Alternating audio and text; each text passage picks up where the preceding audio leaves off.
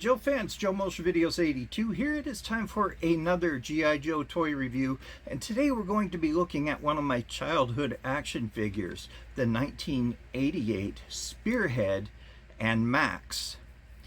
Now, he was released as a part of Series 7 in the mentioned year of 88. He was on the shelves until 1990. In 1990, they were advertising the micro figure promo, which I'll be pulling the pictures up, the card backs for you, in order of 88, 89, and 90. He also made his first comic book appearance in Special Missions number 21. And he was also reused in Night Force, which was a Toys R Us exclusive, in 1989. So during that time, you could get version 1 and version 2 at the same time, and that was pretty interesting. Seldom did they ever do that. Hasbro rarely, if not the only time, had two versions of the same character on the store shelves. His original retail price was $2.55. Now, will you find him for $2.55 today on the aftermarket? Well, I don't know. We'll find out in Byron's gripes. So let me go ahead and pull up those pictures for you so you can see the card back. Unfortunately, I don't have his file card, so I won't be reading that to you today. So let's go ahead and take a look at those pictures.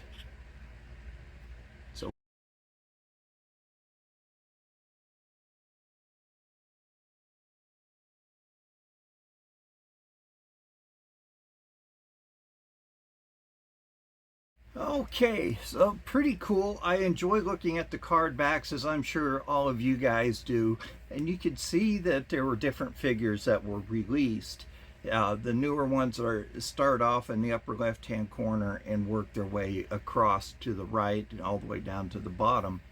And on the front of the 1990 card back, you could see that it had a micro figure promo, which was just a little plastic figure of certain Joes.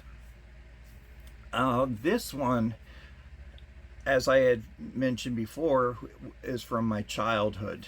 I was 14 at the time. I think I was selling newspaper subscriptions. That was my very first actual paying job that I got a paycheck for. And so I would travel with a group of kids. They would take us all over the Metro Phoenix area and drop us off. Our manager would just speed by these streets. Byron, go down this street, this street, this street, this street, and I'll meet you right here. I always ended up getting lost, and that would make him mad because he would go by the streets so fast. I couldn't keep up with the names, but I averaged about 4 subscriptions a day, and I would get $1 bonus at the end of the night per subscription. And then when I got paid, they would pay me for the rest of the subscriptions. And I think the most I made was like maybe $40, and that was within a 2-week period. So I wasn't all that great at selling newspapers, but I picked him up at a store called Smitty's. It's known as Fred Meyer in some parts of the country, but it's no longer Smitty's down here in Arizona. So I remember they moved the toy department around quite a bit, but at this point I remember it was on the west side of the store, near their clothing department and their bank, and they actually had a full-size functioning restaurant in there too. We would stop there and eat dinner sometimes, and the food was pretty decent. Smitty's was a really cool store. They had a barber shop in there, a sporting goods department.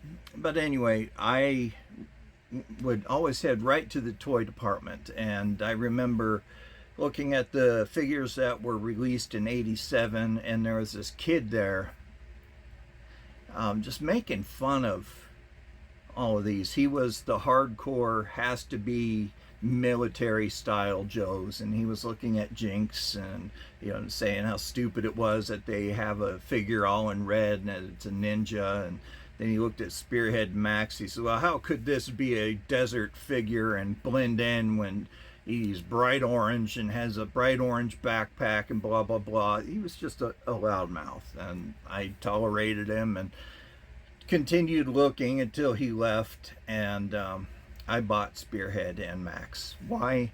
Because he came with an animal, and this was my first Joe that actually had an animal companion.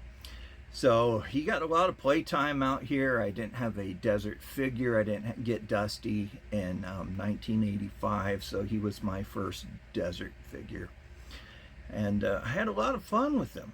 A lot of good memories. You know, I was 14, so I was still kind of playing with toys because I had younger friends and they would come over and play with them. It was mainly my kid brother, who was 7 years my junior, and his friends would play with them too.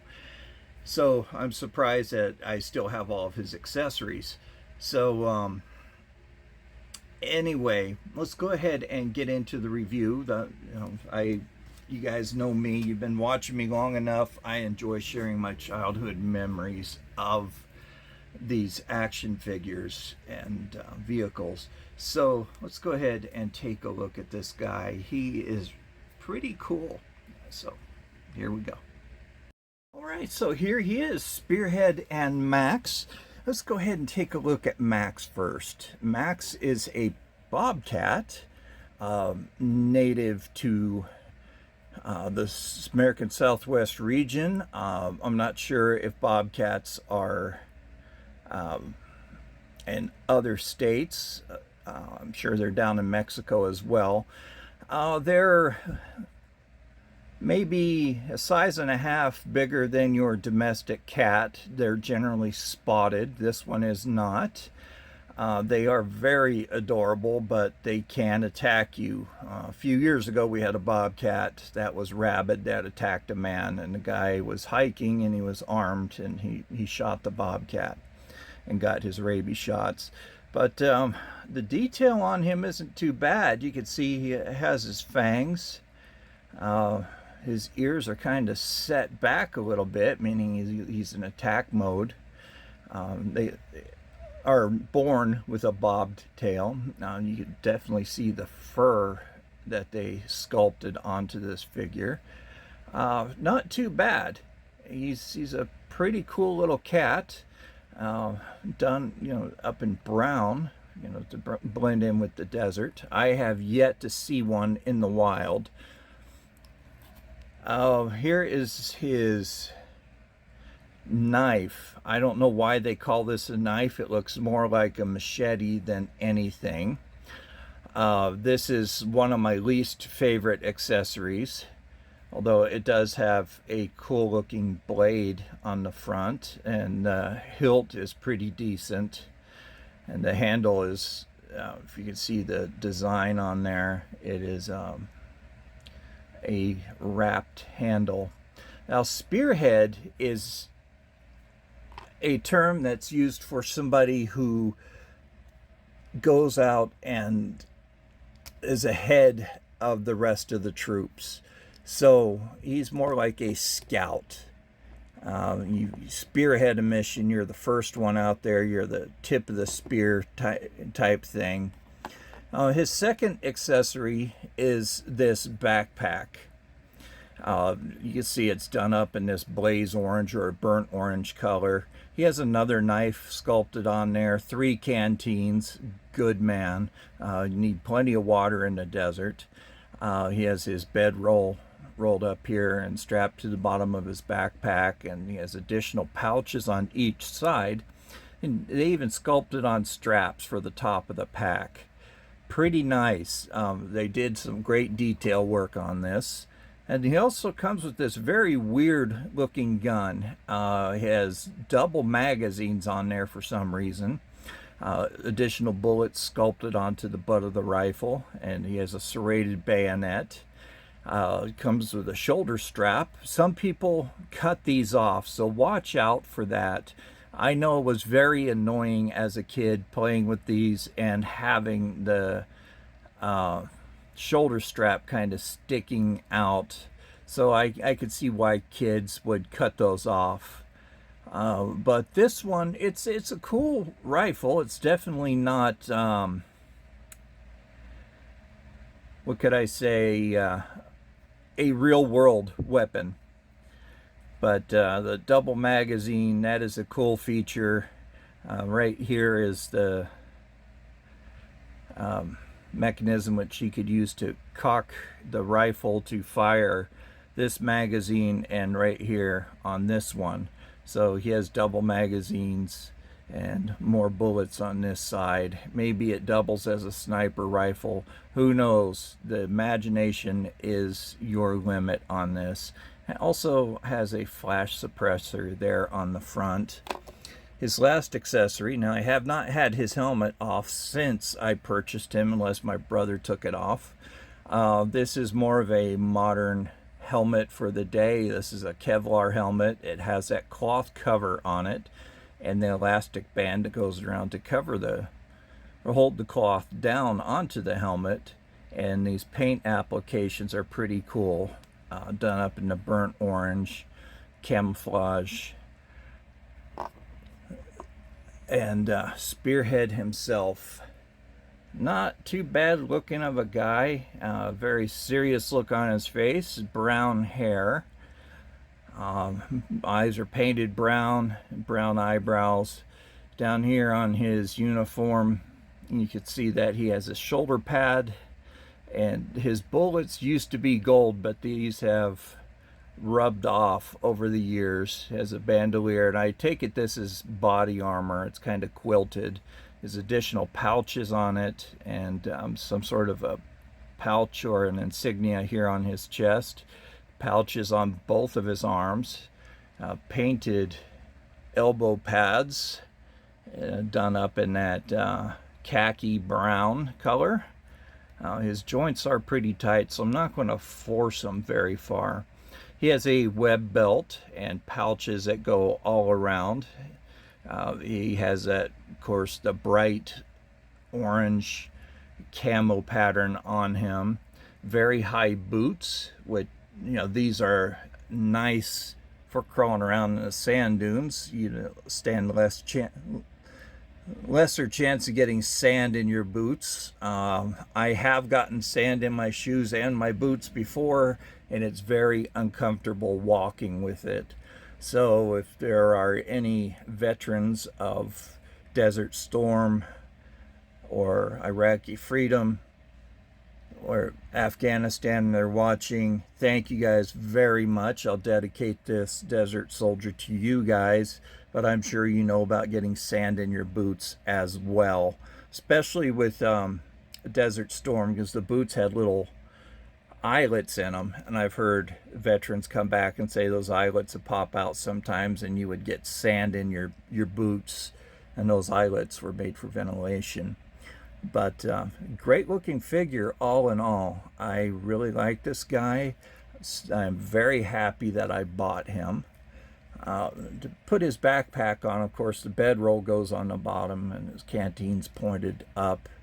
But yeah, I do like this guy quite a bit.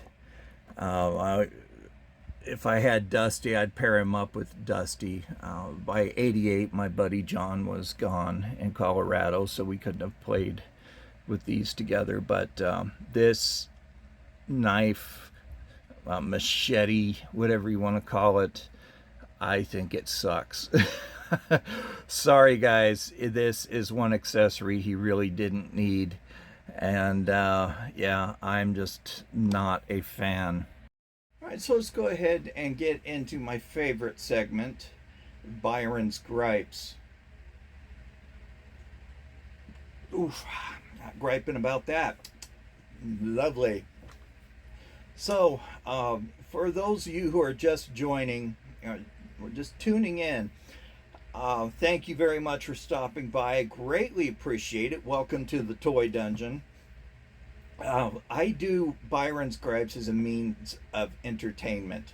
I don't do it to pick on eBay or the sellers. I use eBay just for a reference. I don't, there are so many other sites out there that sell aftermarket Joes, and I would be here all day quoting prices. So eBay is just for the mere convenience of it, and it seems to be the more popular site that people tend to go to when they buy these action figures. So with all that being said, yeah, I do not pick on the sellers. I do not pick on eBay. It's a great service. I have sold on there before, and of course I shop on there. Now some of these prices, as you guys know, are just going completely insane. The popularity of vintage toys has really peaked, especially with my generation, the people born in the 70s, 80s, and the late 80s into the 90s, who are buying these toys to kind of, well, I shouldn't say kind of, but to get a piece of that childhood back so that they could have a memory of the happier times and introduce their children to it and get them excited about G.I. Joe 2.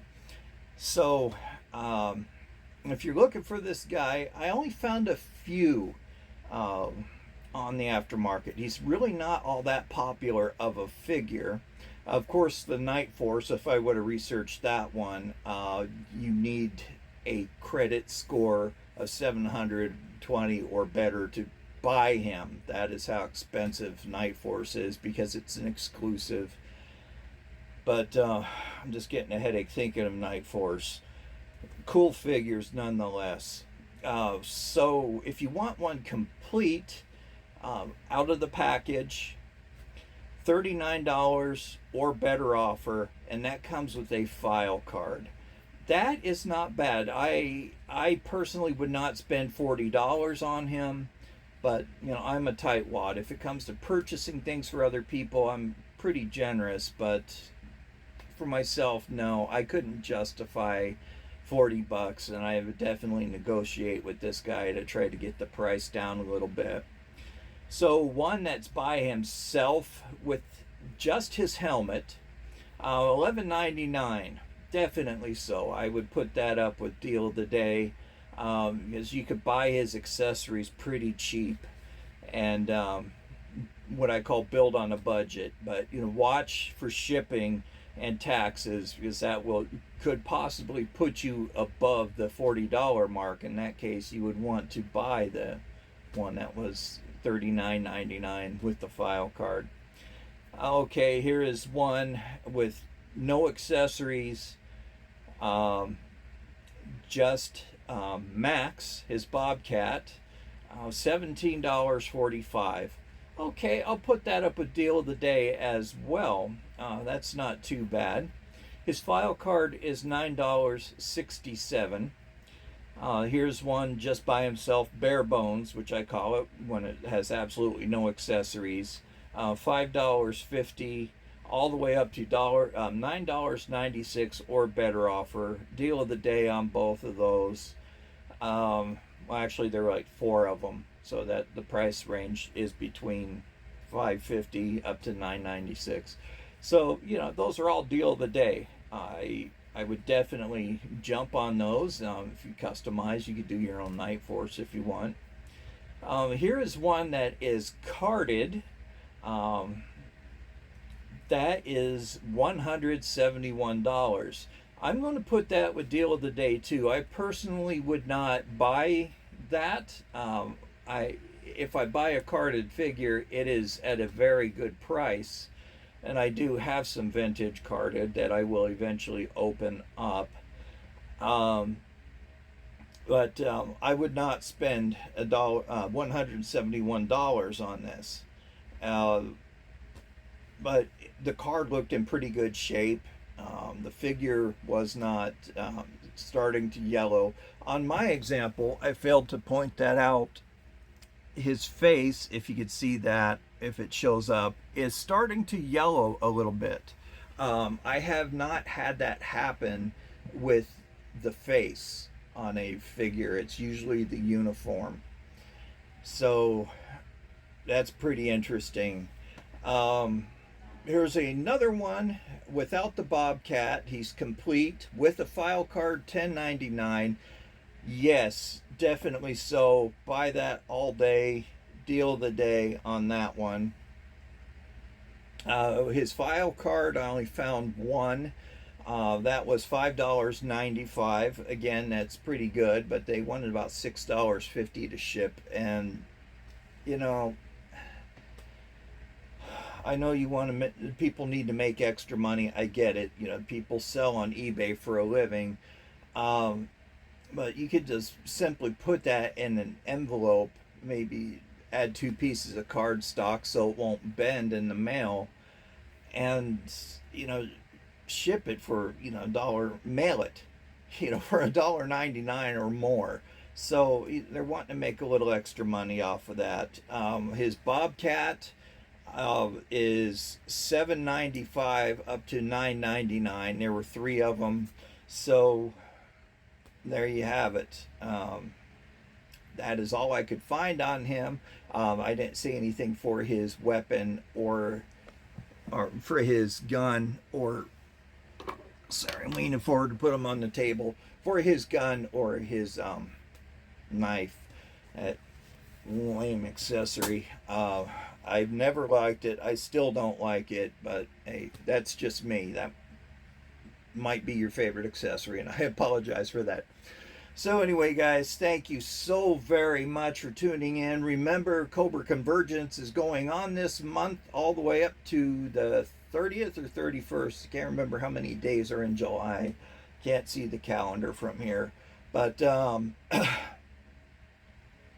goodness, allergy season. So head on over to hcc788.com for the schedule of who is participating in Cobra Convergence. There are a lot of us out there. There is one person every day, so you get 30 or 31 different reviewers doing this. It is so much fun participating in that. I really appreciate Brian for inviting me over to do that. He and Timmer are the brainchildren behind this.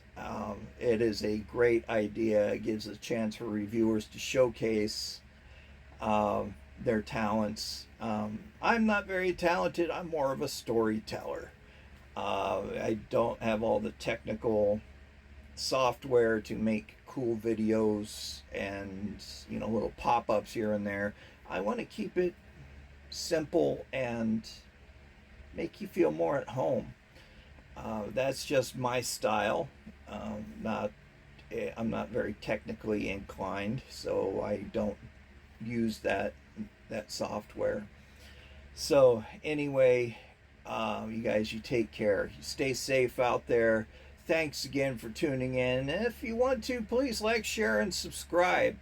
Let's get the word out about my channel. When I reach 600 subscribers, I will be giving away a Cobra Island breaker and ram cycle.